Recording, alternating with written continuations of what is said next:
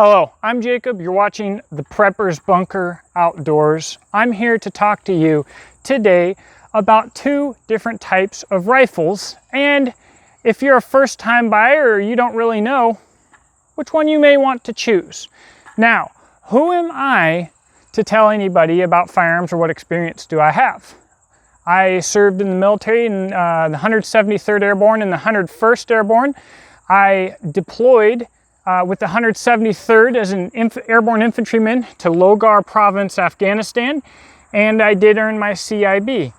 Now, I'm not only a person who's had some hands-on experience firsthand with these firearms and some private training as well, but I'm often also an enthusiast, and that's something that you don't see as often as you might think. Someone who both has experience with the firearm and enjoys, researches, and plays with firearms. So, with that being said, we'll take a look at what makes these two firearm styles different, what their strengths and weaknesses are, and which one you might want to grab. But before we do that, in the description box below, I will list the ways that you can help support this channel through my website, Beach and Tactical, where I sell the rifle sling I designed in Afghanistan, as well as other gear that I make.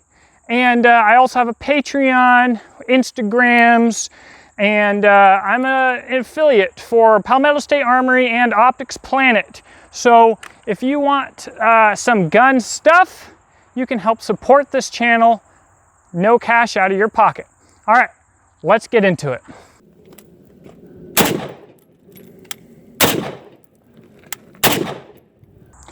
First, let's talk about the venerable AK-47, and I want to talk about a couple myths that you've probably heard. And to be honest, they are myths that I have helped in the past to perpetuate myself. I bought my first AK-47, a Romanian Wasser, in about 1996-ish at Bullseye Shooter Supply in Tacoma, Washington. And I modified and shot that gun and hunted with that gun for a very, very long time. That is before my military days. So the myths that I helped perpetuate: ultimately reliable. No matter what, in any situation, you can bury this thing in the ground, undig it 50 years later, rusty and missing parts, and it will still fire. Okay, and also you can't hit the broadside of a barn with this gun. It's cheaper, better, and hits harder. All right, these things are basically false. They are rooted in truth, of course, but the AK-47 will jam. It absolutely will. It will fail. In fact, if you become one of the cool AK guys who really runs these guns hard, trains with them, and wants to buy premium AKs, you will know, or you will believe, that most AKs made are utter crap and they fail abuse testing all the time. Just look it up. Just look up AK torture tests. Trunnions blowing up and rivets coming loose, all kinds of crap. So they do fail, and they do fail catastrophically.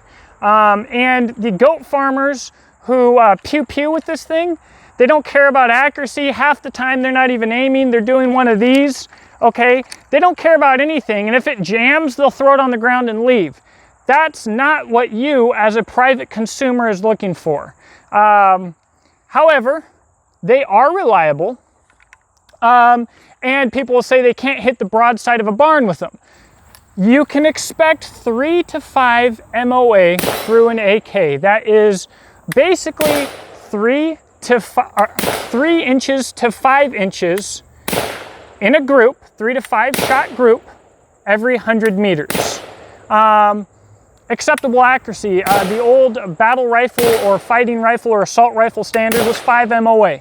So you can shoot them, not quite as well as the AR, that's for sure.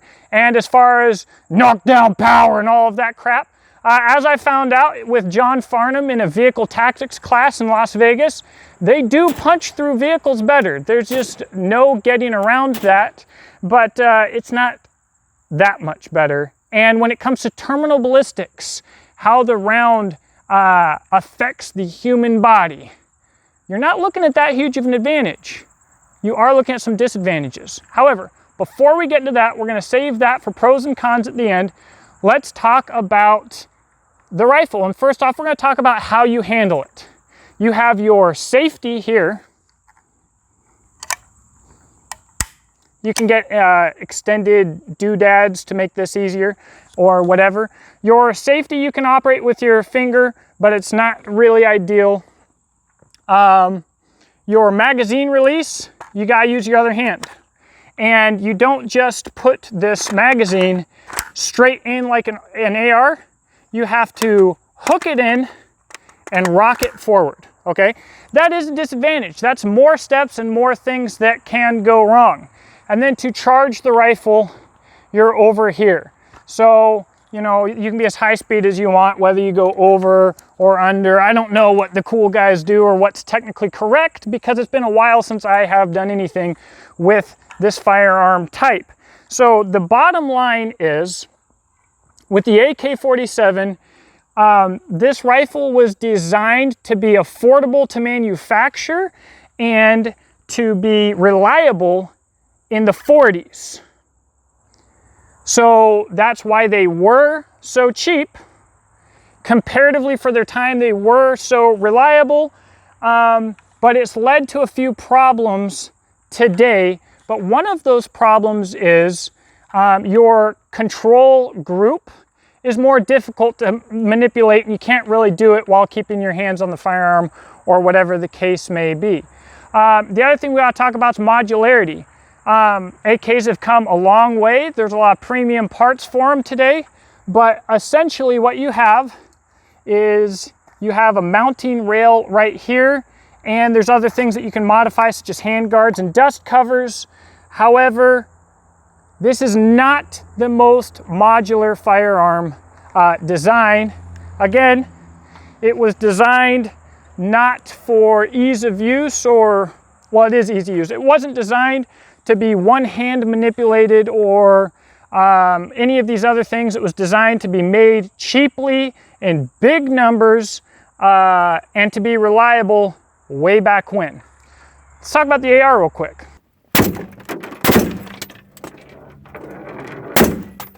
AR myths, which I have again been guilty of perpetuating. Quick note, we are talking about AK-47s in 7.62 by 39 and ARs in 5.56 because that's their primary chambering. That's what most people are going to be looking at. So with that in mind, the myths about this firearm is it is utterly unreliable. It shoots a puny and ineffective round, and it's generally a piece of crap. I believe this even in the military. I was issued always the absolute crappiest rifles in the platoon, always somehow ended up being mine. I never in the military had a reliable AR-15. Never. I had my AK-47 and I thought it was great. I thought ARs were crap. Now, what this means is that I actually had to relearn the potentials of the AR-15, and I had to take the time to unlearn what was wrong. That's hard to do. So as far as the myths, it's unreliable as crap. Anything that the military uses is unreliable as crap. Mil spec or military grade means that it's really typically acceptable quality stuff, especially for a firearm. But if it's from the military, it's utter crap. And anything outside of firearms, if it says mil spec, it's probably crap too. So the AR-15 is amazingly reliable. It really is. With basic maintenance, I have come to be amazed at the reliability capacity of the AR-15, and I've also been amazed as I learn more about the utter incompetence of the military and of military armorers. Shouldn't be a surprise, but it still was. When I realized how good these can be, you know, whatever. So also accuracy. The AR-15, even a cheap AR-15 like this is a Bear Creek Armory upper. I'm not ready necessarily to recommend it, but it has a 1 MOA guarantee. 20 years ago, you couldn't get that in a semi-auto rifle for less than a mortgage on a house, and you sure weren't going to get a guarantee of it. The AR-15, the way that it works, makes it amazingly accurate right out of the box. So let's get around all of those myths and let's talk about controls. You have your mag release right here, boom, straight in, straight out, easy peasy. Your safety right here, easy peasy. And bolt release, whatever. Don't use your bolt release, really use your charging handle. And your charging handle, ambidextrous. People poo-poo the T-handle charging handle. Is because they are weak and they need training. So that's what you got. The AR-15 was obviously designed much later than the AK-47. It was, at the time, it was far more expensive to produce because it took a lot of machining to make this instead of rivets in a commie with a hammer. So it was much more expensive, but it is far more modular as well, which we will talk about later. In today's day and age, the AR-15 and all of the machining that goes into an AR-15 has made it so that the AK-47 is no longer the affordable choice. A good AR-15 is far more affordable than the AK-47, which is exactly the opposite of market trends when I bought my first AK-47 in about 1996. So let's back off of this and talk about pros and cons of each. We're gonna do a quick recap. A long time ago, the AK-47 was far more affordable because it had flooded the market. The benefits of the AK-47 were great reliability and low price and cheap ammo. Those benefits have disappeared. Now the AR is far more affordable for a quality AR and far more accessible. Let's see, accuracy, there's no comparing.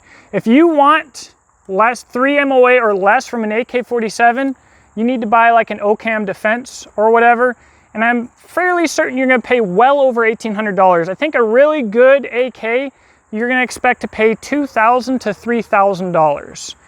A good AR, it's gonna be $1,000 or less. And if you know what you're doing, since this is basically like playing Legos, because one benefit, everything's supposed to be modular and of the same specs. If you can play Legos and you have YouTube, you can figure out how to assemble this, how to fix this, and you can upgrade it yourself with a little bit of guidance.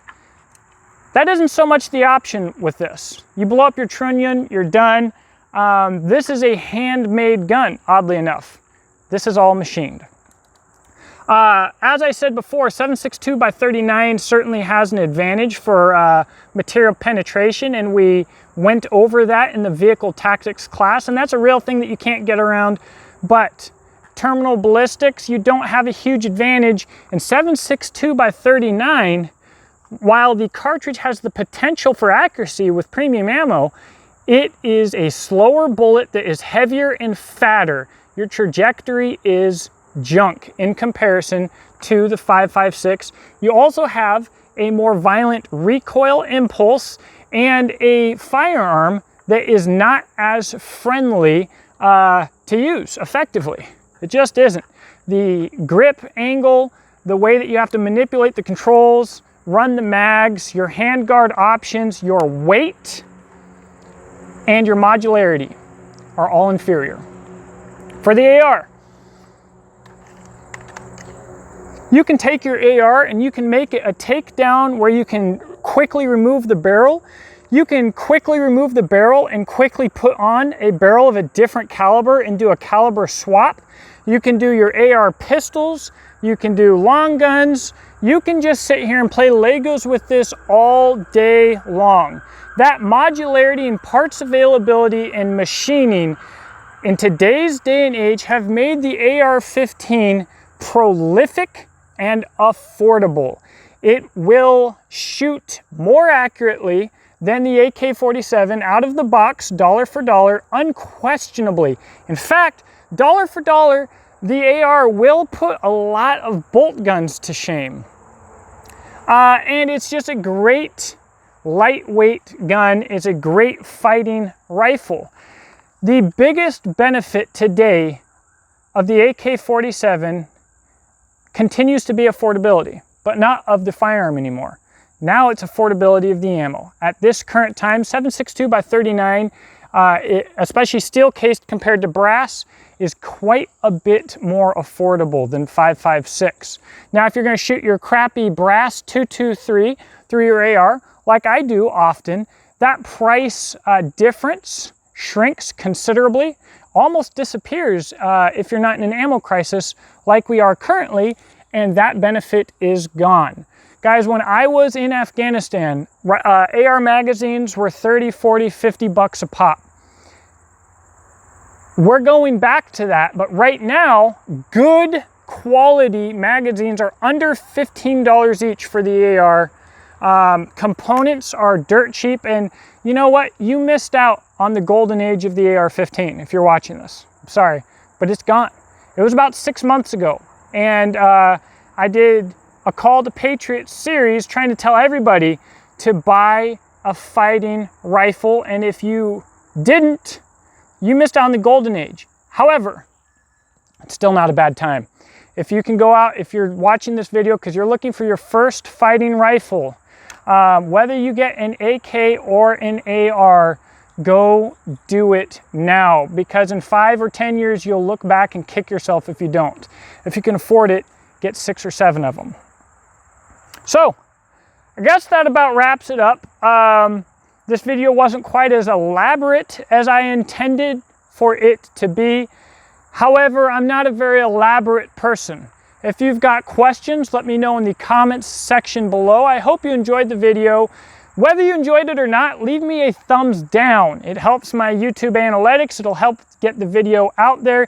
And again, if you have any questions about your first firearm and becoming an armed and responsible citizen, as every citizen in America should be, and every human on this earth has the right to be, let me know.